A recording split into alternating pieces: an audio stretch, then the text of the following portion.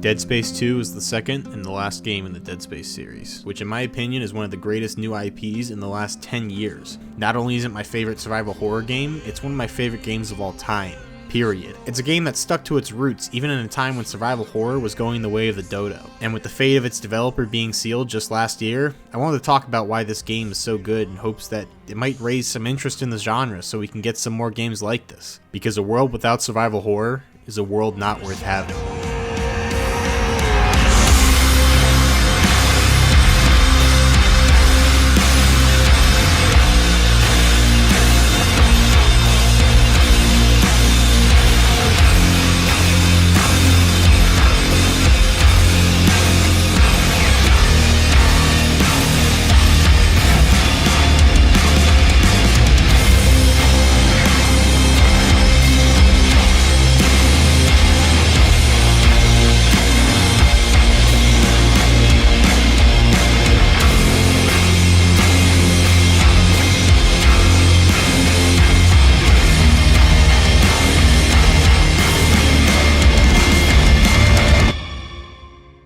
Now understand, for me, graphics aren't really the most important aspect of a game, and visuals aren't only graphics. I mean, it's a part of it, but it's not visuals as a whole. That being said, I still chose to start this game by talking about the graphics for one specific reason. This game looks good, and not just good for a game made in 2010, but by modern standards. It looks really good, and that's because of one important thing: lighting. Honestly, the lighting in the first game makes that game hold up pretty well for being made in 2008, but it's just better here. The parts of this game that are bright with even lighting is where its age comes through the most, but in the dark hallways of the Sprawl, with your helmet casting light to guide your path, it just looks downright majestic. Colors even come through when it's off the light of a TV or something, and that's detail you don't even see in a modern game these days. Light also interacts with every physical object in the game, in real time too, not just in scripted set pieces. So you know what that means? That shadow of a necromorph behind you? That's being cast by an actual enemy. You know what that means? It means there's a real enemy behind you, not just some cheap jump scare. That can be useful in some scenarios when you want to know if there's an enemy behind you, but most of the time it's just terrifying. The interface has stayed the same for the most part, with all the regular HUD info that you would normally see on the front of your screen being displayed on Isaac's suit. The ammo, health, stasis, it's all right there on your body, and if you put up a menu or get a call from somebody, it's not just a pause screen, it's an actual hologram that appears in front of you. I know some games have systems for minimal HUDs to make it more difficult, but here it's all by design. In addition to working really well, it looks really great while making sense in the universe of the game. The only thing that actually isn't in-game is the subtitles, and those are off by default. They did change the traditional laser sights from the first game to a center reticle, which looks a lot worse, but thankfully there is a setting to make it back to the classic. And trust me when I say you want to change that back. It actually gives you a better visual for where your shots are hitting, and that can save you a bullet or two when you can line up a shot to take out two limbs at once. Aside from that, the graphics in just about every other way have gotten a massive bump up from the first game, and it's clear just how much more work went into this game after the success of the first one, and it really shows out in the cinematic look. The first game was sort of seen as a risk, so after it proved itself successful, they were given a much bigger budget, and it's really clear where that money went. I mean, bright lights even flare off your visor like you're in a J.J. Abrams movie or something. The only difference here being the plot's actually pretty good.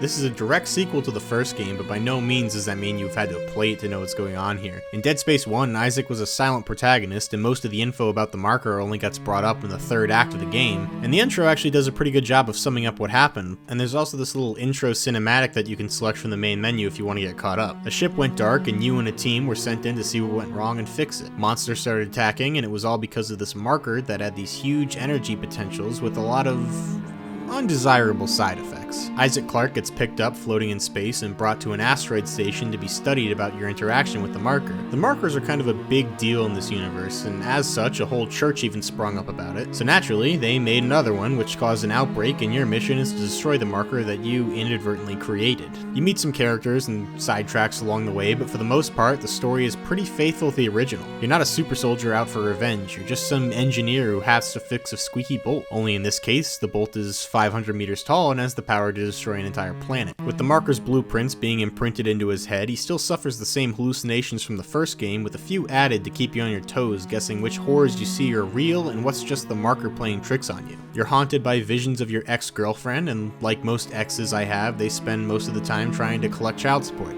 I mean, trying to kill you. I mean, leading you down the wrong path. And that's about it. It doesn't really get in the way of your gameplay, which is really nice, and there's a lot more to be found in the text and audio logs you find around the station. That's where a lot of the lore is, and it's actually worth diving into if you really want to know what's happening around you. The game only takes around 9 hours to beat on your first playthrough, but that all takes place in real time for Isaac. 9 hours of stomping through hundreds of necromorphs, getting the absolute shit kicked out of him, and it shows. Countless times he just wants to sit down and rest, but there's always something there to push him back on his course. This culminates in the ending, when he succeeds in destroying the marker and freeing his mind of its influence over him, and instead of doing some Metroid-style sprint to an escape or search for a heroic ending, he doesn't. He just kind of sits down and then slowly closes his eyes, and you're just hit with this huge wave of feelings that this is the first time he's been able to just relax since the start of Dead Space 1. Isaac was just an ordinary man put in an extraordinary situation, and it's taken a massive toll on him. He's been beaten, launched into reorbit, probably blind in one eye, and at the end of the day, after destroying the marker and completing his goal, he just wants to sit down and close his eyes and wait for the end. And so there he sits, as the marker explodes, destroying the station and all their chances for another outbreak.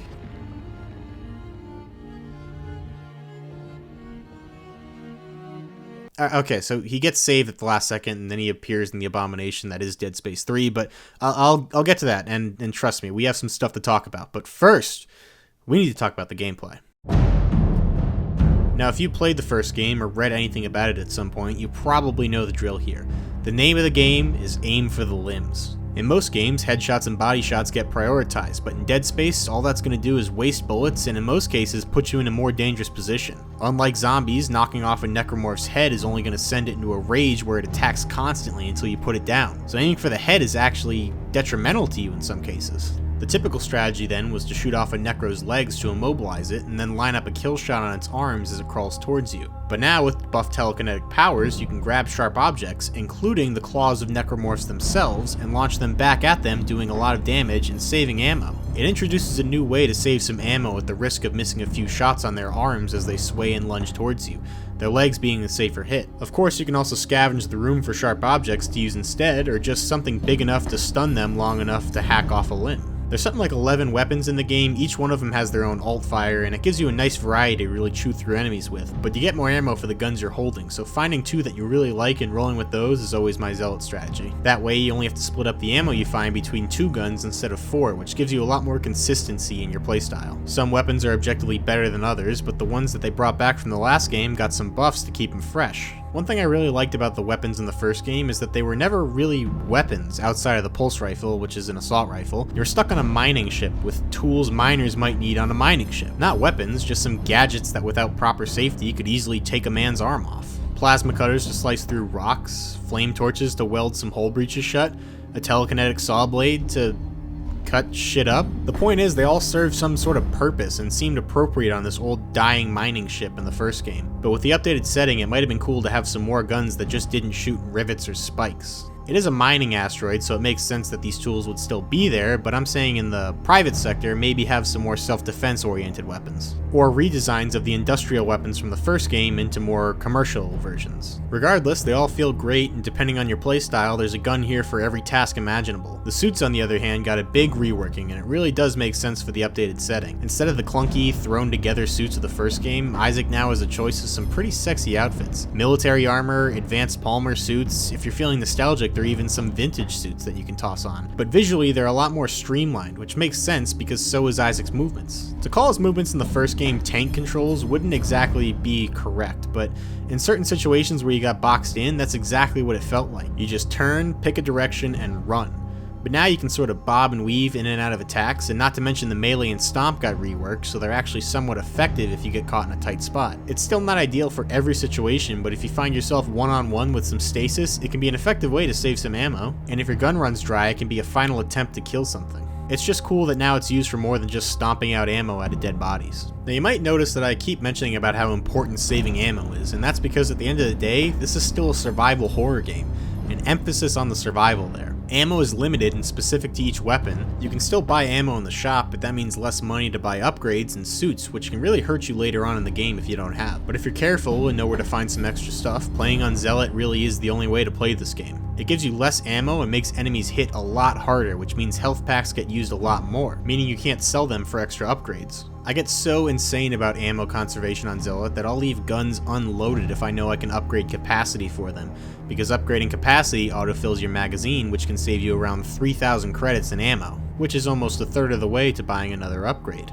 I have fond memories of playing through with 1 bar of health on hardcore and refusing to use my health pack because I was 1 node away from a health upgrade, which meant I could get full health and then sell the health packs I had in my inventory. Some people call this game action horror instead of survival horror, and while there are more set pieces than the first one, the developers even said that's just because they had a higher budget, and they would have had more in the first game if they could have afforded it. If you honestly don't consider this game to be survival horror, all I can say is try playing on Zealot without the plasma cutter, and then you come find me and tell me that you still have enough resources to breeze through the game. One of my favorite moments in gaming history has to be playing through hardcore for the first time. Hardcore is actually a little easier than Zealot. You get more gear and you take a little less damage, but the big difference here being when you die, you don't go back to a checkpoint.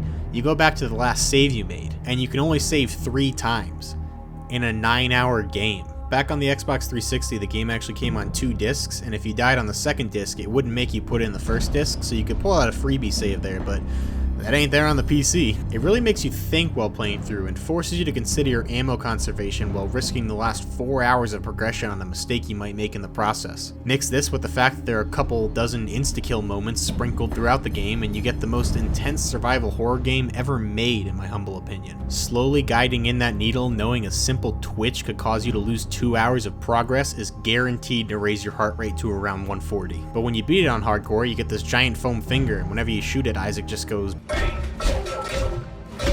and it kills everything in 1 shot. It's pretty neat.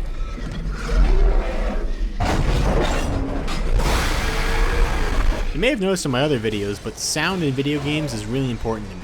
And as such, I like to highlight it whenever it's done well. When people think about movies or video games, the most iconic thing they think of is the visuals, but most of the time it's the sound that really keeps with them.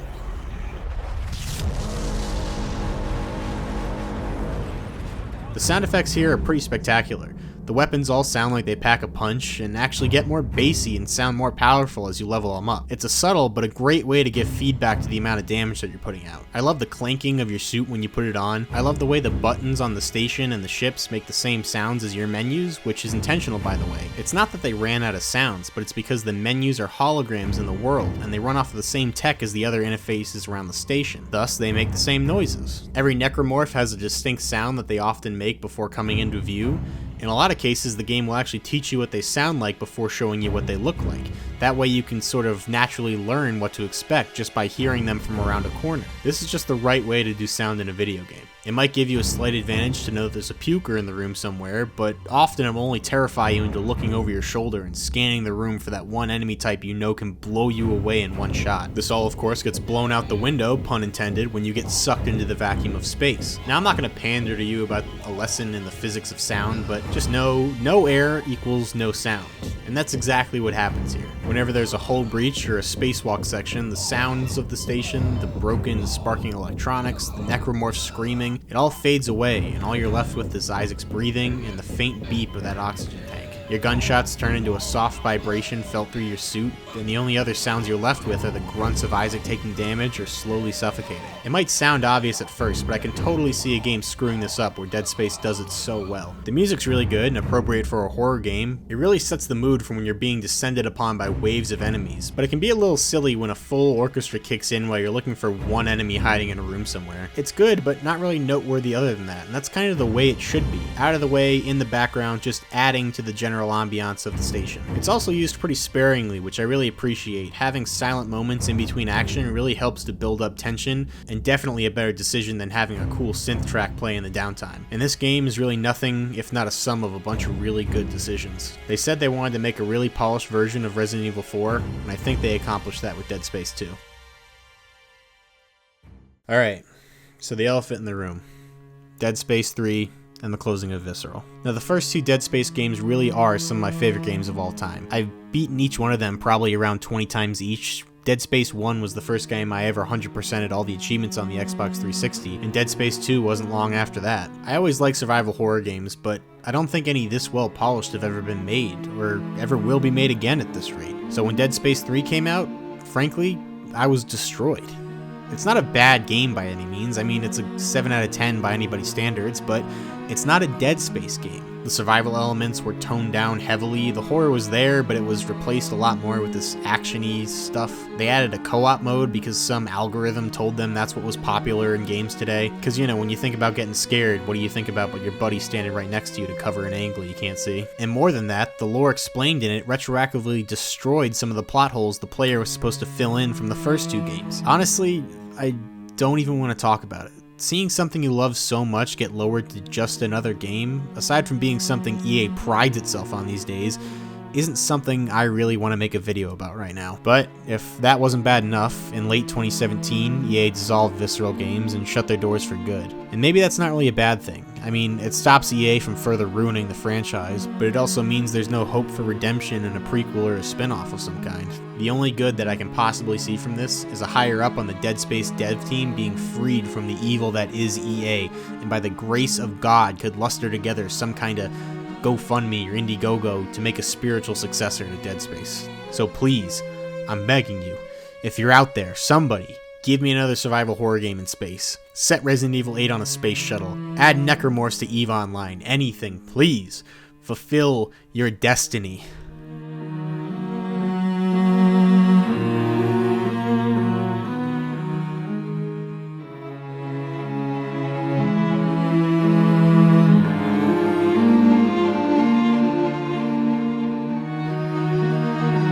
Oh, and fuck you, EA.